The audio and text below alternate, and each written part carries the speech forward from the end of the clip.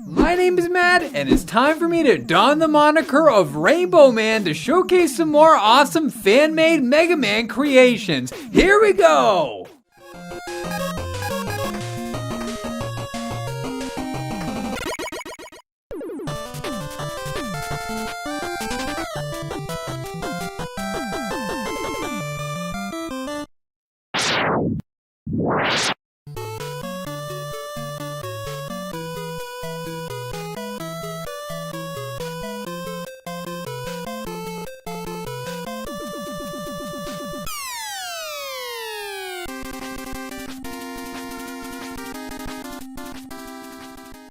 Mega Man 8-Bit Deathmatch is the collaborative effort of Cutman Mike and the Cut Stuff community that took the internet by storm on October 8th, 2010. 8-Bit Deathmatch is essentially the result of mixing the Blue Bomber and Doom in a blender, and it's totally rad! The story mode puts the player in the virtual shoes of a nameless, faceless cybernetic entity that's pitted against a legendary Capcom cast of characters, and the online option allows us to compete with combatants across the globe in a winner-takes-all knockdown drag-out battle. I'm an admitted novice when it comes to keyboard and mouse controlled shooters, so I decided to stay away from the multiplayer after getting slaughtered by the NPCs, but that didn't stop me from enjoying 8-Bit Deathmatch's overall experience, and FPS rookies and hardcore pros seeking a new outlet for their hobby should definitely give it a go.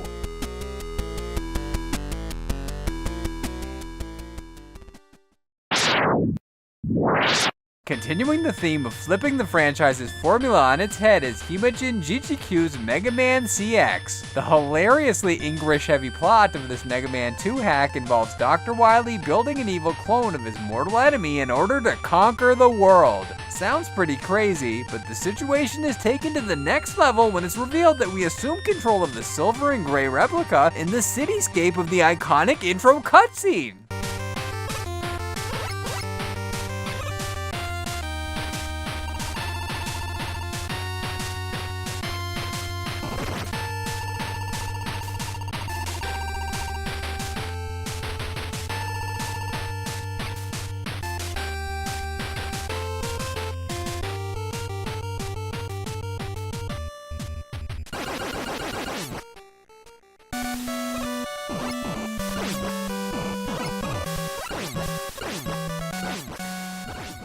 The intense prologue leads into a relatively standard boss selection screen with the familiar Rogues Gallery members such as Airman. Wait, that's not Airman. What the? Kamen Rider?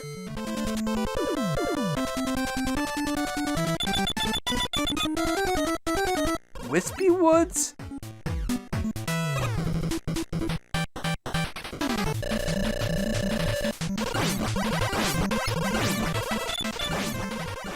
And frickin' Fireflower Mario?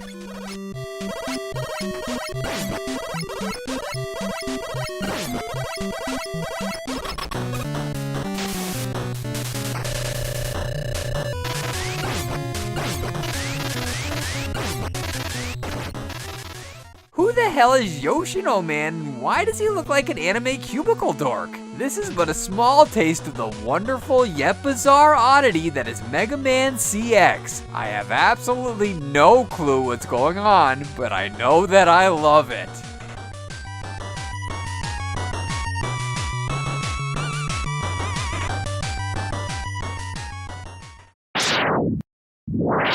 Mega Man 7 and 8 are arguably the most polarizing entries in the entire franchise, and they're frequently denounced as black sheep for sticking out like a sore thumb amongst their NES era and 2000s retro revival siblings, so Mend wisely chose to rectify this with the release of Rockman 7 and 8 Famicom. These self-explanatory remakes flawlessly translate the Super Nintendo and PlayStation outcast to the warm and comforting pixelated aesthetic of our childhood, and anyone who's turned off by the cheesy cinematics and voice acting should definitely check out Mend's ingenious handiwork. Now, if only someone would make an SNES version of Mighty No. 9. A 16-bit de-evolution of Concept's controversial crowdfunded fiasco was right up my alley, and I'd be an incredibly happy man if a talented modder made that a reality, but I digress. Anyway, moving on.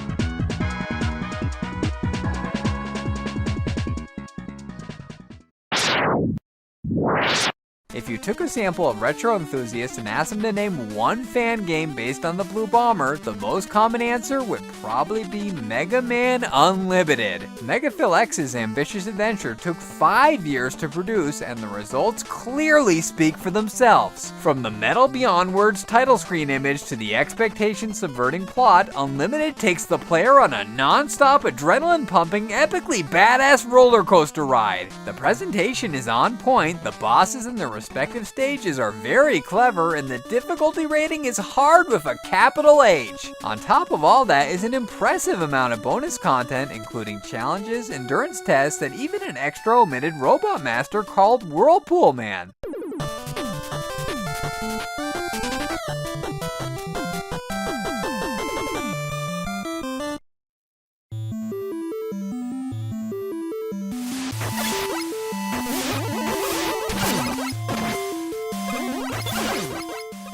Mega Man Unlimited is without a doubt the quintessential fan creation, and Megaphil X deserves all of the praise and adulation that's been poured upon his phenomenal labor of love.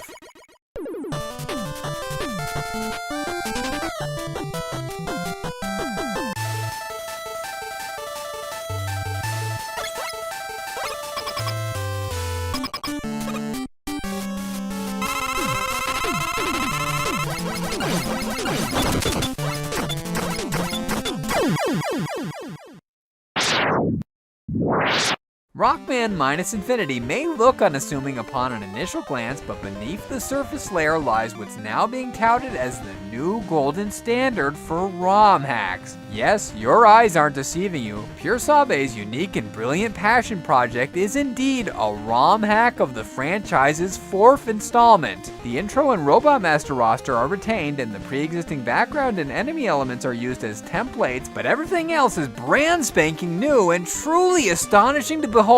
From the repeated Shadow Man appearances to the hazardous environmental effects, Minus Infinity overrides every pre-existing notion we had about this childhood classic in the most brutally spectacular way imaginable. I'm used to Toadman being a wimpy schmuck in the source material, so I was quite flabbergasted when he appeared to be hopped up on goofballs and started to erratically bounce around the room, perfectly showcasing Minus Infinity's pedal to the metal difficulty. The fact that this is a ROM hack is genuinely mind-blowing, and PureSabe pushed the NES to the point where I had to record this footage from an emulator since the file size exceeded the capabilities of my Power Pack flash card. Needless to say, I now completely understand why I received so many disappointed comments about the absence of Minus Infinity in the original video. This is an undeniable work of art, and I can't recommend it enough for old school platforming junkies.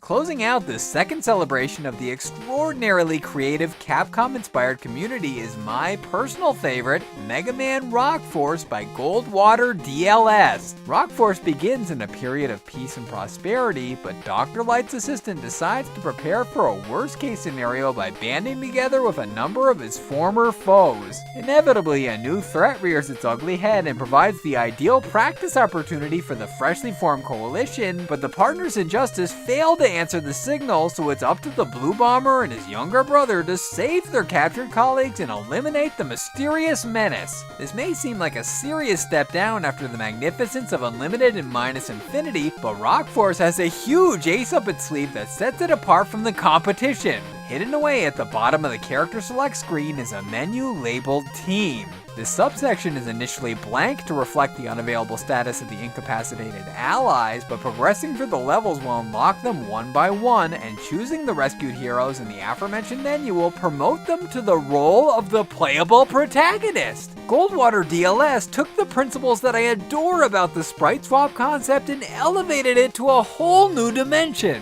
Each member is equipped with signature special moves such as Electman's Shocking Sparks and Cutman's Deadly Blades, and I had a blast, literally in this case, experimenting with this amazing armada. Rockman Minus Infinity may win the glory for breaking the boundaries of ROM hacking, but Mega Man Rock Force wins my heart, and I give it my seal of approval. Whether you're a sucker for sprite swaps and Mega Man Rock Force is your jam, or you worship at the metaphorical altar of Rockman minus infinity, a great time is guaranteed regardless of your personal preference, and this is still just the tip of the iceberg when it comes to community-produced content. There's a strong chance that I'll return to this topic in the future, so I welcome any suggestions for fan games that I missed in the comments below. With that wrapped up, I have another ROM hack review planned for next week. Be sure to come back for that, but until then, this is Rainbow Man, aka Matt, Cygnus Destroyer, and the LJN Defender, signing out.